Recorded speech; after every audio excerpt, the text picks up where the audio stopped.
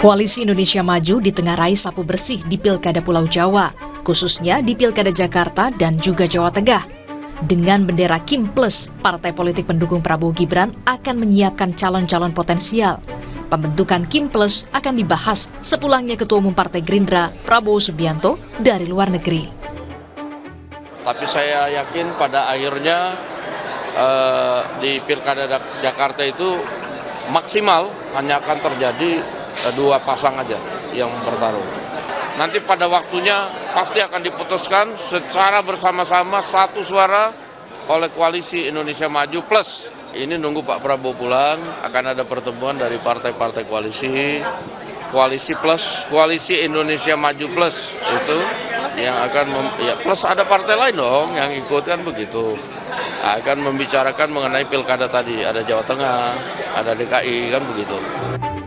Senada dengan Gerindra, Sekjen Partai Amanat Nasional Edi Suparno menyebut ada partai lain yang bakal masuk ke dalam Kim. Buntutnya hanya akan ada dua pasang calon yang bertarung merebut kursi Gubernur Jakarta.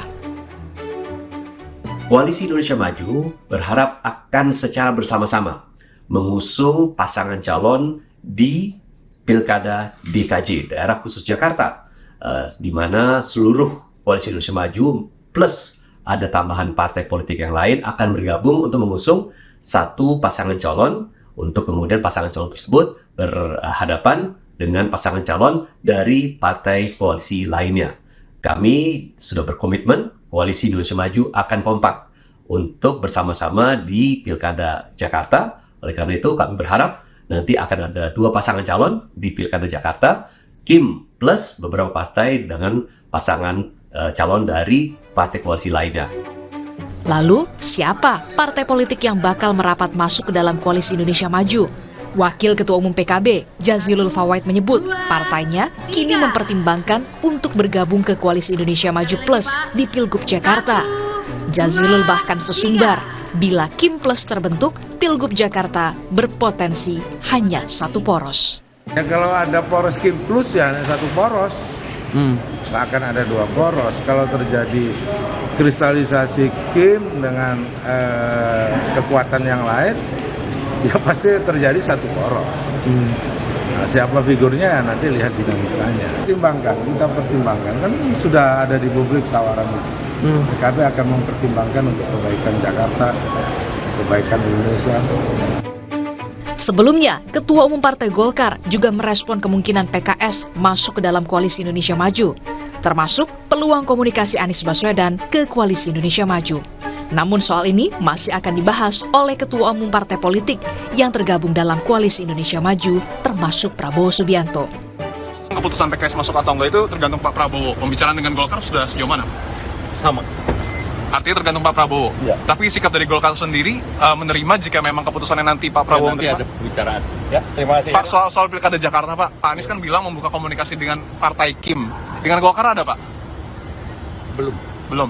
Dan Pak Anies juga bilang kalau misalnya Pak Prabowo mendukung Pak Anies di Pilkada, dia akan merasa sangat terhormat, Pak. Ada kemungkinan itu nggak sih, Pak? Ya, kita tunggu saja. Perahu besar bernama Kim Plus dipastikan bakal mengubah peta politik di Pilkada serentak 2024. Lantas, 3 partai manakah yang bakal ikut mengerek bendera di perahu Kim Plus? Tim Liputan, Kompas TV.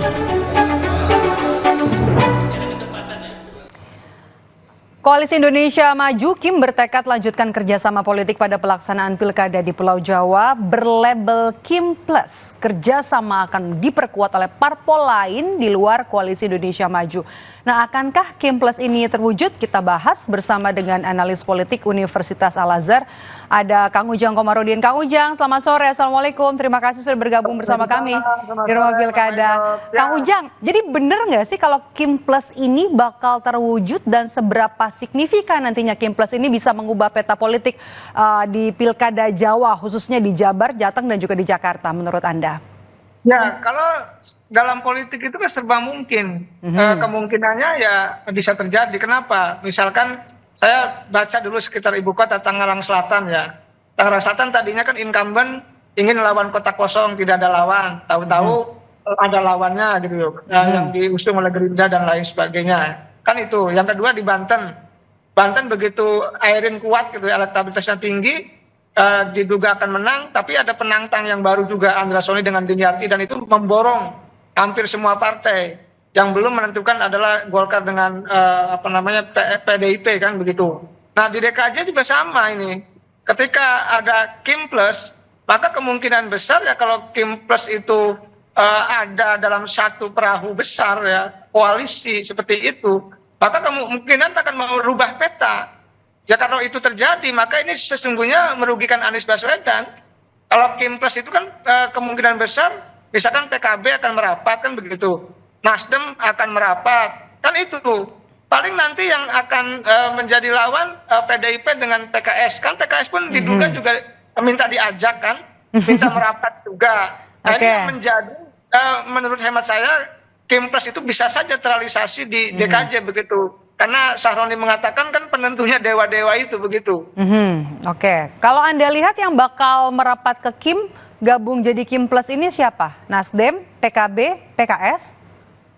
Ya kan kalau kita lihat konstruksinya ya, Nasdem kan ketika pertemuan di Kertanegara dulu pasca diumumkan di KPU gitu ya, lalu mendukung Prabowo Gibran.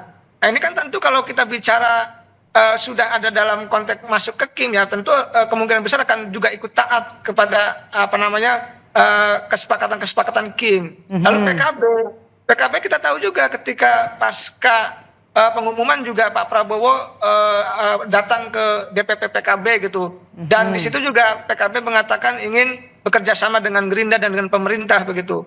Dan siapa sih yang menolak ketika diajak di pemerintahan gitu? PKB pun kalau diajak ya pasti mau gitu. PKS pun hari ini ketika misalkan Nasdem dan PKB diajak kan ingin juga diajak begitu. Jadi dalam konteks itu saya melihat ya disitulah sebenarnya ada perubahan-perubahan politik yang begitu cepat di DKJ ini terkait dengan persoalan pilkada begitu. Oke, kalau gitu yang menarik jadinya Kang Ujang, siapa yang potensial kemudian dimajukan Kim Plus ini? Karena kan kalau kita baca sepertinya ya, Kim aja nih, partai-partai yang ada di Kim ini sepertinya masih deadlock untuk mengeluarkan nama calon gubernur dan juga calon wakil gubernur. Apakah kemudian setelah jadi Kim Plus, ini kemudian akan jadi lebih mudah untuk menentukan siapa nama yang bakal diusung di Pilkada Jakarta? Ya kuncinya kalau Kim Plus itu ada pada PKS. Apakah PKS masuk ke Kim Plus? Kalau itu masuk, ya berarti ada perubahan peta. Anies bisa tidak berlayar, begitu loh. Tetapi kalau PKS-nya misalkan masih di luar koalisi Kim atau punya poros sendiri, ya maka dia harus cari partai untuk mengusung Anies agar bisa 20%. Mungkin saja dengan PDIP kan begitu. Karena PDIP saya tidak yakin kalau masuk ke bagian Kim Plus itu. Nah memang kerumitannya adalah dalam Kim Plus itu adalah figur yang diusung, yang didukung, yang sedang dicari itu untuk melawan Anies Baswedan. Karena selama ini kan tidak mudah ya, sangat sulit mencari figur yang bisa menantang Anies. Dalam konteks untuk melihat popularitasnya, termasuk elektabilitasnya, hampir tokoh-tokoh lain itu belum bisa menyaingi Anies Baswedan. Nah disitulah kerumitan Kim ya, sehingga memunculkan skema Kim Plus itu untuk mencari figur sekaligus juga menantang Anies agar memborong partai agar Anies tidak berlayar, kan bisa jadi seperti itu. Jadi sebenarnya kuncinya di PKS begitu ya, Kang Ujang, Anda lihatnya ya? Ya kalau skema Kim Plus itu ya di PKS. Kalau PKS-nya goyang gitu ya, PKS-nya ditarik ke pemerintahan bahkan minta diajak, ya bisa jadi bahwa Anies tidak mendapatkan partai. Nah ketika tidak mendapatkan partai, ya tentu siapapun yang diusung Kim punya potensi menang. Menang begitu. Jauh lebih besar begitu ya? Jadi Kim Plus ini sebenarnya lebih niat untuk menggandeng PKS dibanding partai-partai lain seperti Nasdem, kemudian PKB begitu ya, karena kuncinya ada di PKS. Ya, Kim tahu persis gitu terkait dengan sulit untuk menghadirkan lawan tanding bagi Anies gitu. Maka caranya hanya satu, bagaimana tadi menggoyahkan iman PKS itu untuk bisa diajak ke pemerintahan. Kalau sudah diajak ke pemerintahan, sudah dikasih 2 menteri misalkan, ya kemungkinan besar juga bisa berubah. Nah, oleh karena itu saya melihat kunci daripada skema hari ini terkait dengan koalisi di pilkada ya PKS, karena tadi Nasdem sudah digoyang-goyang, Nasdem sudah mengalami sedikit perubahan sikap ya terkait dengan pernyataannya Sahroni. Jadi ini perkembangannya begitu cepat ya, karena tadi kuncinya adalah tidak ada tokoh yang kuat untuk bisa menandingi Anies dari Kim itu, maka yang membuat Jadi partainya yang digoyah begitu ya? Partai yang sudah menyatakan mengusung Anies ini? Ya kira-kira seperti itu skemanya. Oke. Kalau gitu pertama kan usaha untuk membuat Anies jalannya nggak mulus nih di Pilkada Jakarta. Kalau gitu sosok yang bakalan diusung oleh Kim ini siapa? Kim Plus ini siapa? Ya sekarang masih sedang dicari ya. Kalau kita memunculkan nama yang sudah ada lah, berhitung. Ada Yusuf Hamka, ada Ahmad Syaki, ada Erwin Aksa, Ridwan Kamil muncul tapi tidak mau, dia ingin di Jawa Barat gitu ya. Maka kalau kita melihat dari skema nama-nama yang ada sekitar itu, tetapi apakah ada memunculkan nama yang lain ya mungkin saja, tetapi kan harus jelas indikatornya. Seperti yang saya sering katakan, indikator yang popularitas, elektabilitas, isitas dan akseptabilitas itu kan harus diukur. Karena kalau dalam konteks rasionalitas kemenangan itu harus memiliki elektabilitas yang tinggi. Nah kalau yang dihadirkan ada tokoh biasa, elektabilitasnya rendah melawan Anies ya sulit untuk bisa menang. Oleh karena itu yang harus dilakukan adalah skema-skema bagaimana tadi bisa bagaimana caranya Anies tidak bisa berlayar sehingga kemenangan itu ada pada kubu Kim, siapapun nanti yang didorong begitu. Menurut Anda sosoknya siapa nih yang tadi elektabilitas, kapabilitas dan juga isi tas begitu, Kang Ujang siapa? Kan Ridwan Kamil sepertinya nggak dikasih nih sama Golkar, lebih diusung untuk Jawa Barat. Betul, kalau dari situ kan namanya berarti mengucurkan nama yang lain kan. Nama yang lain dari Golkar kan Yusuf Hamka, Ahmad Syaki dan Erwin Aksa. Dari Gerindra belum ada, dari PAN Dita Anjani gitu ya. Dari partai-partai lain juga belum.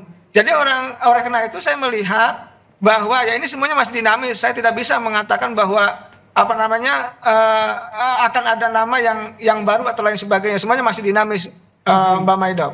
Oke, kita tunggu nanti.